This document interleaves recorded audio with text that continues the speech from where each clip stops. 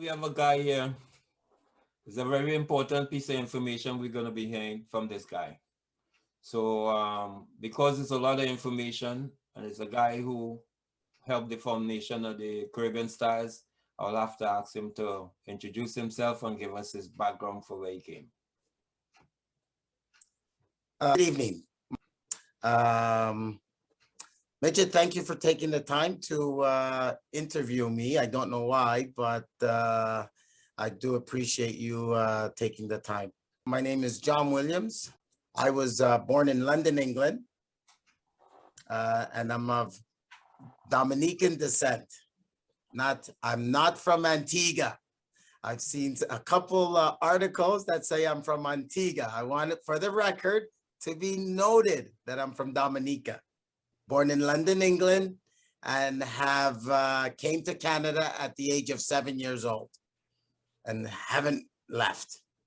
What you do, well, if you could recall, because 7 is fairly young, but how you could recall, growing up and how you got into the football coming from England / soccer here in Canada. Can you recall through the schooling? Was it in school or was it a club life? No, it was in school. Funny enough, in school, they used to kick the ball around, and sure enough, I was kicking the ball around with them.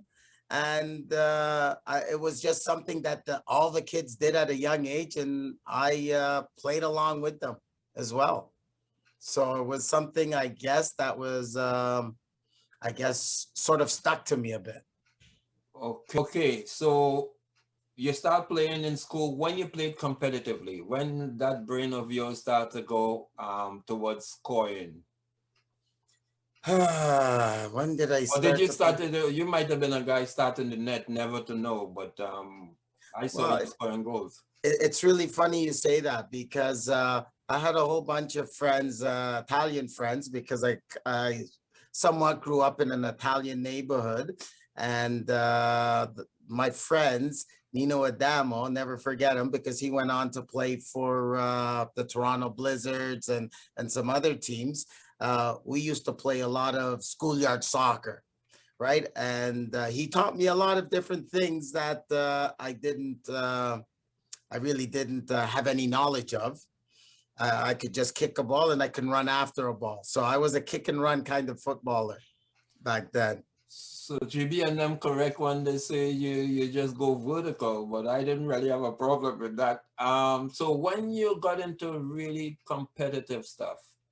Well, I'm going to say probably first year of high school. I'll tell you a funny little story, because I went to, again, an Italian high school. I grew up in this area where I would say from Oakwood and Eglinton over to Marley, they called that Little Jamaica. I was on the west side of that, and from the west side over was Little Italy, right? So I sort of grew up, I'm gonna say, confused, right? Not knowing my real heritage. Until one you're day, serious or oh no, this is 100% authentic, the truth. So, and as I said, somewhere along the lines, I'm playing high school soccer, and this gentleman of the name of Donovan Gordon, and he used to have a DJ group as well. He had this soccer team that used to play at St. Clair and Lansdowne at the time. It was called the Piccinini Center. So he asked me to come and play soccer with these guys. He must have saw me play school soccer, scored a couple goals, and then he asked me to come and play. So off I went to play my, call it my first games with West Indian people. Well, that's what I used to call them back then, right? So culture shock? A little bit of culture shock, definitely culture shock. But I tell you, skill like you wouldn't believe, Mitch. There was guys, and I grew up actually playing with one guy, Gary Bryan, who's a really good friend of mine. These guys were all playing in this league, and they would dribble guys 2-3 times, but never score goals. Their aim was to make people look bad, and lose the game. I grew up wanting to score goals and win the game. There you go. So I guess I would say back then I started putting the ball in the net. I couldn't dribble, half a move, run, shoot, score. Okay. When did you go on the scholarship? So what happened was I was still in school, right? I was still in high school. So I left Dante. I left Dante in grade 11. In grade 11. And I tell you, studious, my parents were not happy. My brother was going to Harvey, but by then they heard of Harvey and they didn't know Harvey to be an educational school, right? It was more an athletic school. So the basketball team was fantastic. The track team was fantastic. The soccer team was fantastic. So a guy came over to Dante, Barry Hibbert, and he says, man, you're a good basketball player. And I heard you're a really good soccer player. Like, you need to come to George Harvey. So at that Talking point, about you? yeah. I didn't know you play basketball. Yeah, I did, Okay. Mitch. I would tell you, I was not one of those flary guys, just very simple. It was like my soccer game, very simple. Pass, dribble, shoot. Nothing fancy. Okay. Results and simplify. Keep it So, simple. Actually went to Ohio State. I actually went out to Ohio State, and I went to one or two universities because I had an uncle that lived in Ohio State, right? And I went there, and the guy said, yeah, you're good, but I can only offer you like a half a scholarship. And you know how much an American dollar was way back when.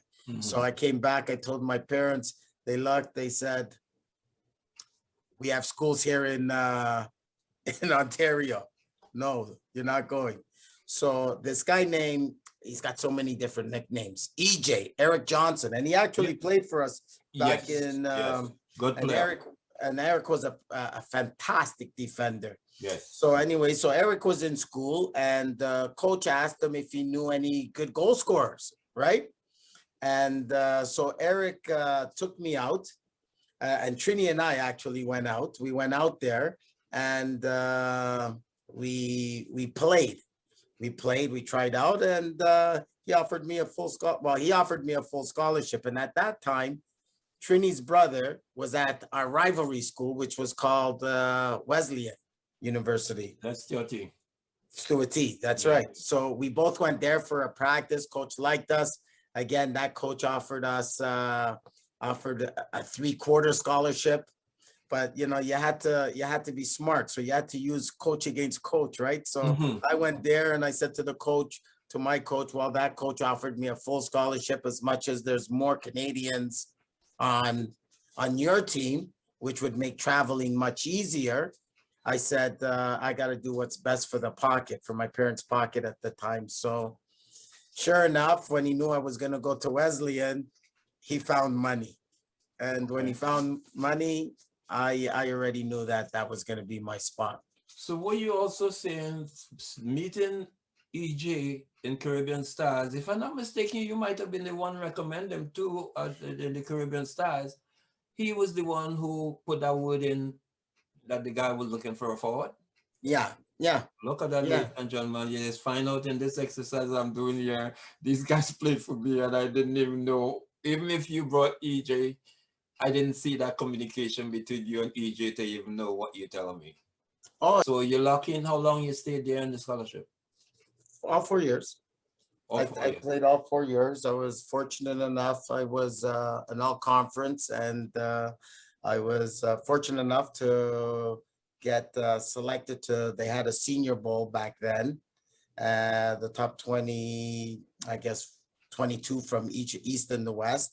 And I played for the East, and I went to New Mexico and had an opportunity to play out there. And you know, all these little kids looked at you like you were a good player, but you were nothing. You were just a college player. Was that in the NCAA conference, or that is the other side? That was the NAIA, where I was NAIA. At the time, the school now is NCAA, but now back then they were NAIA. So, you know, it was still a good, for me, I was happy to have had that opportunity to actually go out and show myself, you know? Right. So how you elevate that into, because when I do get to meet you now, you are around Italia, Gencola, Marconas. So how that whole evolution and also the Richmond Green. So if you want to bring it up, whichever comes first, because it's confusing because you're all over the place. Ladies and Well, gentlemen, this is a very popular guy in the soccer industry here in Toronto, and maybe I might guess Ontario because again later on we'll realize he went Ontario Cups. So give us your playing aspect of it. I'll do my best to, without aging myself, I'll do my best to get as accurate as information as possible to you. I would tell you that I played for this Toronto Jets, or they were called at the time Pauline. So this was an Italian team, right? And in playing there, we had that was U17 rep. So our competitors was Mississauga. They had a great team, and then there was St. Andrews and us, right? So I would tell you that I played my junior B soccer there, scored a couple goals, and from there, I guess some older Italian guys saw me, got their hands on me, and I ended up joining this team. Nino actually brought me to this team, Insula. So this Insula team was pretty much all Italian. It was called the ISL at the time, and Scarborough Zuri actually had a team inside that league, and the guy asked me to play for him. Nino was one of my best friends at the time growing up, so I went and I played for them. And shortly after that, I saw that we needed some help, so I was on the recruiting. I would say the recruiting road to recruiting. And How to ladies build and a good gentlemen, team. this word recruiting is going to stay in this interview all along this interview. Recruited. Remember that? Recruiting. There you go. So I recruited a guy. His name was we call him Trini, but his name is Derek Tomasis. And Derek Tomasis was one of those guys that he was infectious when he spoke to you. You felt love and joy. And he said, I know a lot of players. So I said, okay, with my players that I know and players that you know, let's build this Insula team up and let's have a solid squad. So we did that. He was in the team originally with you. So originally, you might even know this guy. A guy named Garvin Houston played with me. Yeah. He was with in the CNSL and later on with the Jets. Yeah, with the Jets, he went over when the Jets became Italia, he went with Pasquale over there. Oh, so you had Garvin that early? Oh yeah, I had Garvin real early, just fresh from. I want to say he's from Grenada. He's from 99% sure he's from Grenada. He's from Grenada, yes. Yeah, so I had Garvin at a real early stage, and our job, because now GB gets back into the mix because we played against this team Mimi Jeans, right? Mm-hmm. And this team Mimi Jeans had all Italians except 2 black guys and 2 good black guys. And we're trying to figure out what those 2 black guys are doing over there. But back then, it wasn't real money. They gave us what I would call spending money. But GB and this gentleman named Selwyn Samuels, they used to travel and come to game in Porsches.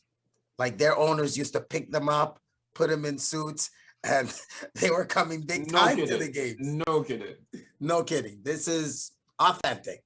Okay. So GB was at first he was he's talking about Gary Bryan. Gary Bryan, yeah. Gary Bryan was a defender, and I guess back then every week the Italian papers were printing goal scorers' names, and my name was getting printed. I was getting printed, and all of a sudden now GB was a goal scorer. He went to forward and he's scoring goals, and I'm like, oh man, this guy can play either position, right? So later on, what happened is GB's around, and how did Insula do? Oh, we won the league. We won the cups. We finished second to Scarborough Zuri finished behind us. They couldn't beat us back then. So is that when Loopy decided to pull you? Or? Well, you know what? It was a combination of things. Trini, Trini again doing the talking that he talks. He said to Loopy that he actually said to Loopy that he's no longer going to play for this team Insula anymore. We had a little complications, right? Because even though we're getting a little small change, some things didn't work out. Trini said. So what are you trying to say? Small change was shortchanged? Small change was short change. Okay. Yeah. And if you shortchange my friend, it's only a matter of time before you shortchange me. So I told the guys, as fast as we built this team, we can destroy it, right? Because if we do it to one of us, it's only a matter of time before it happens to us. So Loopy had talked to Trini. Trini told him that we're going to come next year. Trini was on me because he really didn't think I was going to leave, right? Because Wilson was one of my best friends, and there's Colin Price, and there's a whole bunch of good ballers, right? So I said to them all, I said, guys, come. And the first year they said they're not coming. So I said, all right. Me and Trini said, we're going to do it without you. Just remember, Insula's days of winning are now over. Trini used to talk a lot, but I tell you, whatever he said, we made sure that it happened. I don't know about used to.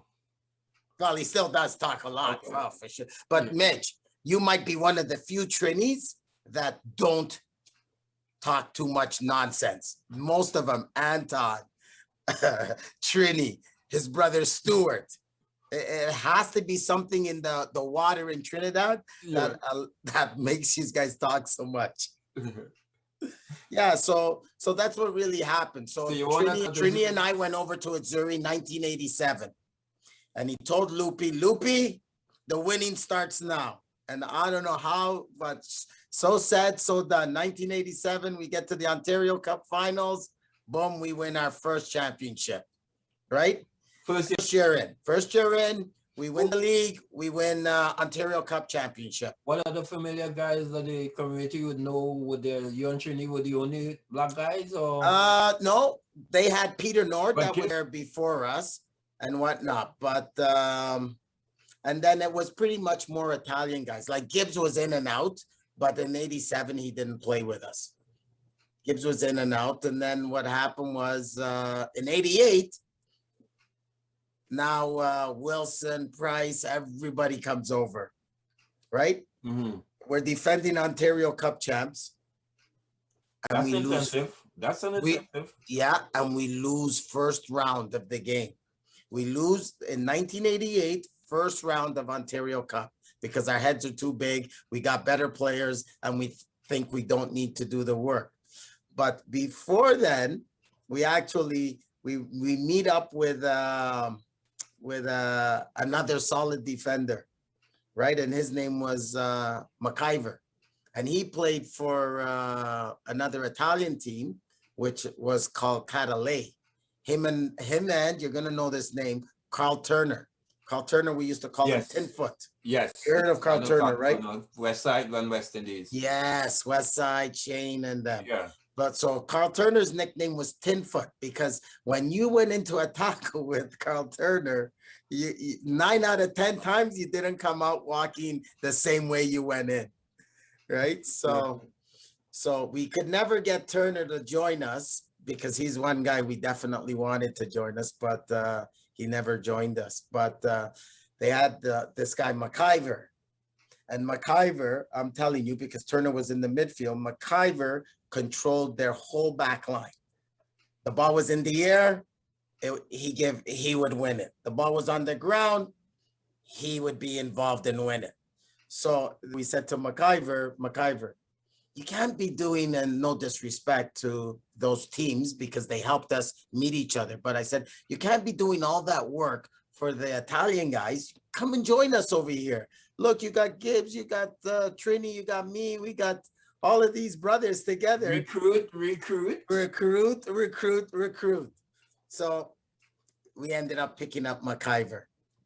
So by 1989 with Scarborough Azzurri, if you can imagine, We've got the Wilsons, the Price, That's a, the Tomassos. We got a real strong team. And everybody was so mad because of what happened in 1988. They went into every game like it was the finals. And we treated every game like it was the finals. And we were winning, I would tell you, that Game. year we pretty much won everything. We would win games. We could lock down a team at 1-0, Mitch. Most teams, they want to go for more goals. They want to go for more goals. But with the defenders we had, we knew if we scored one, that was a wrap.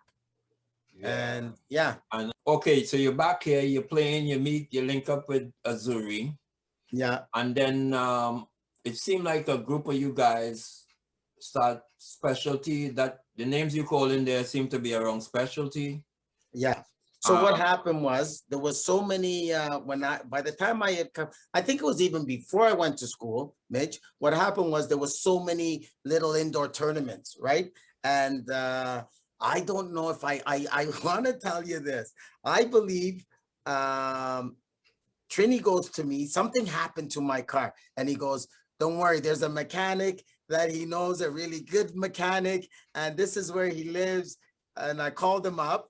Huey Chin King, right? Okay. And the guy says to me, "Okay, come to my house, just wait there." So I go to his house, never met him, never met his wife or anything before, knocked on the door, and I sat inside. She gave me a drink and whatnot. And he comes home from work, and there's this guy sleeping on his couch, right? Because if I'm not moving, I'm sleeping. Right. And it's the funniest story. So he fixed my car, and he says to me, "Oh, I got this team that plays a little bit of soccer." And I says, "Oh, I love soccer." And I think from there we went to playing. We played many tournaments with him, and between Trini and myself. And that specialty you're talking about now? Well, at first it was Airwax. We played for Airwax. You played for Airwax, sir? Yes, 100%. I played for Airwax. And Johnny, that mean your stocks drop a little bit because Airwax take some numbers, you know. Well, hey, midget, to be good, you have to take your certain share of losses as well to grow. True. So yeah, we weren't all of a sudden but that's what the friendship is about too. But that's what friendship, some loyalty, right? So we went out, and I tell you, we drank, and Huey would cook food, and then we said after, like you said, after losing for a bit, we said, I think Trini came up with the idea. He said, "Hey, why don't you," meaning Huey, "enter our team into a tournament, and we'll get the guys." So between Trini and myself, and mostly Trini's idea, because his mouth doesn't stop. Recruiting. Then we start pulling the guys together to play for specialty. Right? Recruiting. Recruiting didn't stop. And we started playing, and it's really funny because then tournaments are starting to open up. We have the IRE tournament, right? We have, I don't know if you remember, but there was like Seneca College. I don't know what they called it, but there was like, I'm gonna call it sports weekends. I'm gonna call it. They had sports weekends. Is that the same thing that was in down in Waterloo? Because I remember. Yes, they had them all over. So yes, it was specialty we played against in Waterloo. Yes, it was specialty. When you scored? Yes. Okay. Yeah. So I by told then you that. I told you. You said it was specialty that we. No, definitely was specialty. By then we're specialty, and we're entering all these little tournaments. Morningside by the UFT over there. UFT Camp College. They had a few different tournaments over there. Tringo, there you go. Yes. So we're winning some of these soccer tournaments, and we're still young, and we're saying to each other, like, we're good. Like, we need to play more tournaments. Yeah.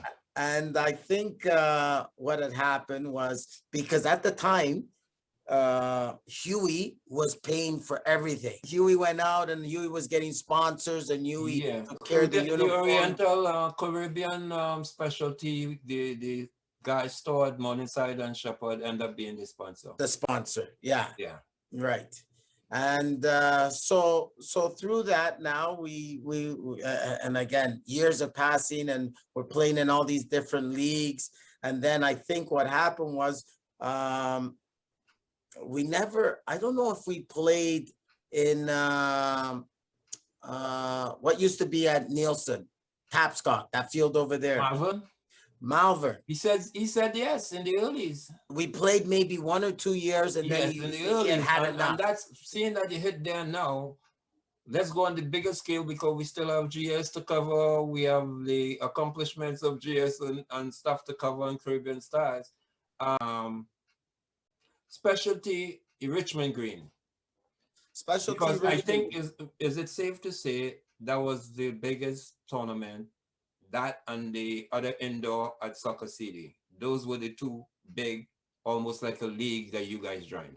Yeah, 100%. The biggest league was the league that we played up at Richmond Green, and we played that we played it under, I don't know, Caribbean Selects or Stars. I don't even know the name of of our organization, but they had teams like San Marino. It was done by nationality at the time, right? So what happened is a guy named Serge Giancolo, who I used to play for, and that was like my coach after Scarborough Zuri and St. Catharines, and I went to play there. Okay. So long story short, Serge said to me, John, you got to be able to put some Caribbean guys together and do this and do that. So I said, okay, how much is it going to cost me? And I'll never forget this. And at the time I was working with Davy G, and I was making X amount of dollars, and the wife was working, and this is before 93. And pound the pavement, more me, but I mean, Wilson, I'm not going to leave him out of it. Derek Wilson and myself, we went around because the cost was much more than what Huey was used to paying. Yeah. Right. So here I am now. And that's the Richmond Green we're talking, right? We're talking Richmond Green. Okay. Right. So I'm out there and I'm searching to make the dollars meet because it's a money league, right? It's for money, prize money. So we now we have all the players. You name them, we pretty much have them, right? What we thought Woody's, we had the Woody Baileys of the world, and special call out to Junior Busby, who was one of our goalies as well. Mancini. You remember how the team did? How the team fared in the end? I want to tell you, we lost in the semifinals. And I tell you what, I was so mad. You run that league? Guy named Serge Giancolo. Okay. Serge. Remember that, ladies and gentlemen. Yeah, so Serge ran this league, and I was against them allowing. So what happened was the Canadian team got eliminated. One of the Spanish teams that didn't pay their fees, he ended up kicking them out and bringing back the Canadian team that got eliminated. And now we had to play against the Canadian team. Peter Sarantopoulos, Dino Lopez, maybe Cam Walker played for them. Cam Walker, Brian Rosenfeld in net. They had players, Mike Matza. And I did not want to face this team. I didn't want to play them. And sure enough, that's our draw. We had to play them, and they ended up beating us, right? They ended up beating us. Because we all played, like all of us, between their team and our team, when it became a money tournament, for example, we would look to see who's available. Like they got all their guys, would get all our guys. But if we fell short, then we would try to link up with them or join up with them and just go to win the money. And this is before we ended up starting our own team, which was Mark Connard and the Shooters. So this could take so long. So now we know the results of that. And the name of the team definitely wasn't Caribbean Stars because I would have known it from Select. Maybe Select. And the name Caribbean Stars, I talked to Ron Fanfare about it when I was naming it, whether it should be Caribbean All Stars or Caribbean Stars. So I know there was a name thing, and I know I watched your team. Now, you came to me. You asked me in the preamp a while back, if I recall, what transpired with the Caribbean Stars thing. So my question is, do you recall you coming to me and Oh, saying that Mr. Giancola, that the name the public just heard, wanted a Caribbean team or ethnic team. I don't know if it was specifically Caribbean. It could have been Caribbean. no, it was again, they did an out, so that was an indoor league. Now Yeah. they were gonna do an outdoor league, which was sponsored by Puma. Okay, so Right. it was initially the first year was Puma, Puma Outdoor League or whatever, right? And they give everybody Puma. So what happened was, again, there was Iran, there was Portugal, there was Were there teams already in Richmond Green? The ones that we met in yeah, Lamport? yeah, some of those teams, 100%. Okay. Yeah, Kosovo was there, the Albanian team Yeah. with Ty Domi and whatnot. Yeah. So and that's another story, but Yeah. there's all these teams there. And I'm thinking to myself, So okay, he's asking you to do the same as you did with the asking Angels me to to come do the down to the same. And outdoor. yeah, and I know financially and player wise that as good as we were, it wasn't enough. You understand what I'm saying? Like there was players like Miguel. I don't even know that guy. He used to do Spanish all the time, but Mitchell. Mitchell, like guys Yeah. like Miguel Mitchell, and there was so many other good players that was playing in that Caribbean league. And when I got there, I was just like, man, oh man, like you were there, and you were, for me, I looked at how you ran the spoilers in your team, and I loved everything about your organization and how you ran it. It was like I said, I need to play for this team. You know what I mean? Because it was fun plus winning and structure. When I say structure, I'm talking about respect in the game. And again, I don't want to sound like I'm a hypocrite, but I'm going to say within our community, you know, when things are not going as pleasant as they should be, then, you know, you lose something, if you understand what I mean. You know, you lose, and I'm not saying that we just don't deal with adversity very well at times, right? Yeah. So, but I saw that your organization was well run, like, and I loved it, and I was like, okay, like we got no team. This is the team I need to be playing for. And I don't know how we ended up there, if it was Trini or if you just asked us to come there. It was Anton that brought me over there. But yeah, and I remember having my Dragon Stout. You had Dragon Stout for us after, and I didn't know what that was. Royal. I used to get Royal, sorry. Yeah, Royal, yeah. yes. But again, it so happened, as you talked about the man above before, is that here you guys come in. I would use the word clean. Clean for the fact that, you know, we'll have our beers and stuff, but nothing would impair our judgment in the ball, our thinking, as you say, with adversity and stuff. I didn't even have the link with you with the Richmond Green, but I knew the way you were, it wasn't any kind of fabrication about this thing. So I spoke to Noel about it and we went down there.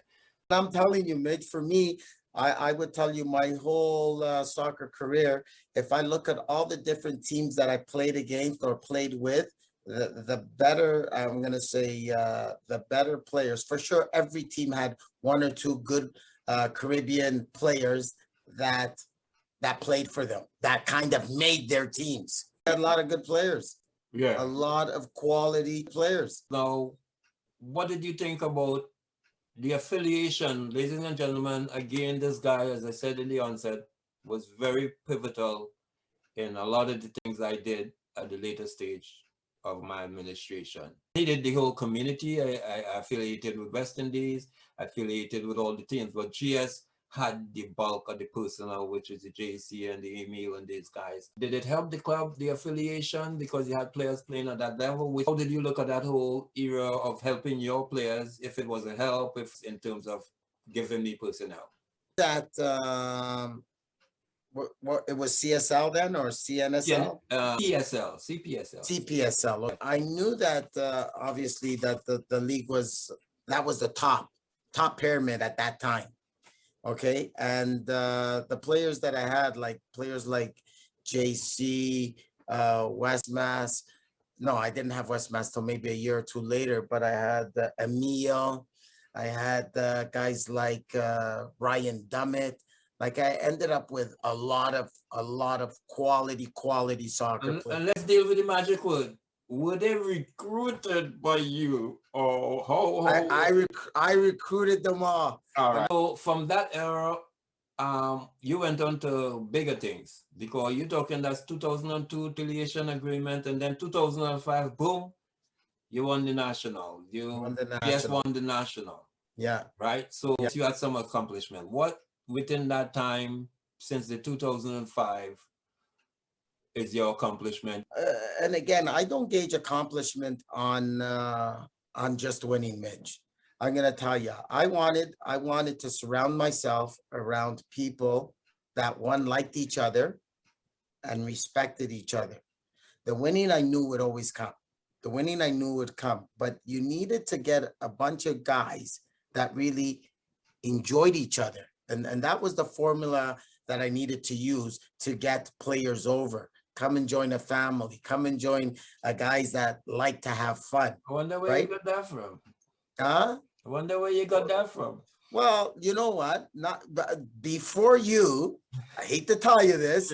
Definitely, your camp definitely had that in it. But before you, and this is how the St. Catharines got into it. There was a guy named Mark Connor, and this guy Mark played for Feyenoord in the Dutch league back then, and his father played for Feyenoord. He didn't play for Feyenoord. I'm lying to you. I apologize. His dad played for Feyenoord, and he played for a pro team called AZ 69, I believe they were called. Anyway, so this guy Mark, and he was a very wealthy individual. He put guys together, and he formed like a tournament team. And before you know it, he was running St. Catharines. And I'm telling you, play hard, and drink hard. It was an unbelievable experience, because Mark had us practicing hard, and we were doing 2-a-days on weekends, Saturday, Sunday, drive up to Ridley Park in St. Catharines. We'd practice, he'd feed us, and then we'd practice some more. He'd feed us some more. We'd have a few drinks. We would stay up by his place, have some barbecues, drink some more, go out. Next morning, 9 o'clock sharp, it was business again. Okay. So if you couldn't do them both, you knew not to. Right? So if you couldn't have a pop, let's call it a pop, like Ford said, if you couldn't have a pop and practice in the morning, then he left that to you. Right? So that's where we learned about, really learned about, drinking, having a couple beverages, and playing hard and working hard for each other and becoming a family. Well, that's a kind of professional environment. One of the credit I get is how I get guys like you and come with these guys to play for free. Yeah. Well, but again, you got to think we're all young, and we all just want to expose ourselves, because all of us thought we were great. Like if you ask I think it was a community thing too, because the ethnic composition of the league too. 100%. Yeah, for sure. Because actually, and that's how I met Chris Hanser. And Chris Hanser, I don't know if you remember, but back then, Chris Hanser used to hang out more with the Latino guys. So the Latinos got him first. And I was like, buddy, like, what are you doing? You know what I mean? It was a big controversy to start the league. To start the league, 100%. And then I was like, no, you need to come here.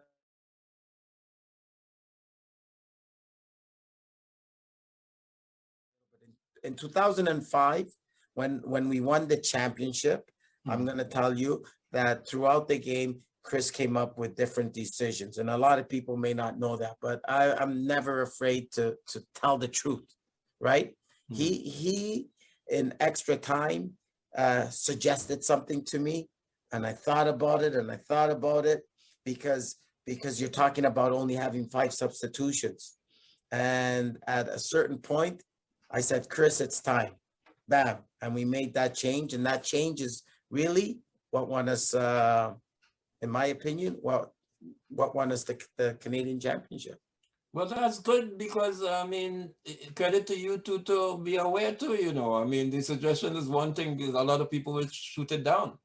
So Yeah. in the GS now, where are you now with the present state of everything, the COVID, and I know the last time I did the GS magazine, the women's team was doing well. I guess you're still on the women's side of the GS United. Yeah, so here it is. And it's unfortunate that these 2 years of, put everybody at standstill. Whether we get something out of this year or not is it's yet to be seen. But here's what I would tell you, Mitch. Um, at GS, I feel like everybody does a great job of belonging to a family, right? And we have a great bunch of coaches that help. Like I've got Tiger Fitzpatrick, Pavan Mossavat, like Ramin helped us. Ramin coached one of the teams, and we just have Laura Arduini started us off with the girls program. As much as it was Brent that brought the girls over to us, then I started coaching. Then Laura Arduini added to the mix, and Pavan Mossavat added to the mix. So I would never say it's one person. I would tell you that collectively as a group, Amy Lynn did a fantastic job in making sure all the girls were present and dealing with them, and Yeah. she's playing and she's administering. Actually, even based on that, how many teams you have? Because you call the coaches, but Back each then of we these had coach. almost 7 teams. We had like an under 21 team. We had a women's regional team. We had an elite team. So we had, for sure, we had like 3 women's team. And on the men's side, we had a U21. We had a senior team. We had a regional team, and we had an elite team. So that alone is 5. So we were probably up to about Seven, eight seven, eight, teams. yeah, yeah, Eight okay. teams. Yeah. We're about 8 Still teams. functioning and just waiting to go with the COVID, or? Well, yeah, I think again when we go back, and I don't even know if we're going back this year, Mitch, because for me, I'll be honest and I'll tell you, I miss it, yes, but I just don't feel like everybody's trying to get this season in. We talk about player safety. Yeah. And I hate to say it, I don't want to say it's all about money, but it's all about, the organizations need money to function and so that we can start up back again. But I just feel like we're going about it in the wrong fashion. So for me, I'm in no rush to really put together any of my teams for this season. If there's like an exhibition season or something that we talk about preparation. This is one thing that we've always done at GS. We've prepared our players. We don't just throw them into the fire. You got to have a proper preseason. You got to have a few exhibition games. None of that's happening this Yeah, year. there seems any stipulation from the leagues that what is required of the No, players or the organization. So no, there's no stipulation. So nothing's come down. so you going more by the government mandate. Yeah, you're governed by the government. So until they give you like we're still in 5 on the field. I think hopefully if everything goes well by July the 12th, then I think you're up to 10. Then a few weeks later, you're up to 20 on the soccer field. And if I got to put a product on the field, I'm not just putting guys on just to have a kick around. Like if you play, you got to play to win. You know what I mean? And you don't want anybody to get injured. So I'm really hesitant in what we're doing as an organization right now. I would like to touch on what you think about the Canadian flavor and what you think of Canada soccer. I know how you look at the Canadian national system program. Well, I'm gonna say that I really don't. I like to watch it. I like that there's a lot more diversity within the team, and for me, that's important because I've always felt like way back when it was Alex Bunbury and Lyndon Hooper and Samuels, that there was a few other players that could have definitely helped out, right? And again, for the young kids, they just gotta, if soccer is their passion and their life, they gotta be fair to the game, work hard, get your education, and just be ready, because you never know when somebody's gonna come knock on your doorstep, right? So that would be my advice to them. Always be prepared. I don't know what that saying goes, and so I won't even attempt it. Not prepared is Yeah. something like prepared to fail or something. So well, Johnny, I don't know. We cover everything.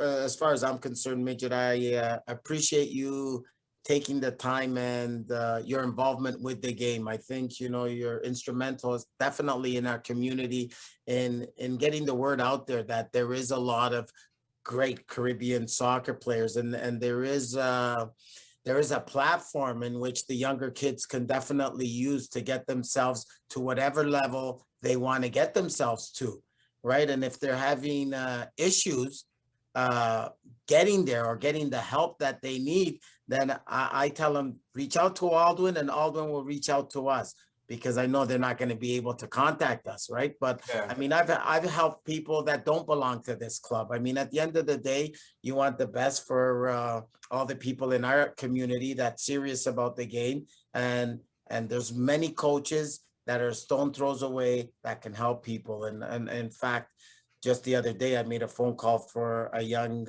player, and we'll see what transpires from it. But I mean, if you don't try, you just don't know.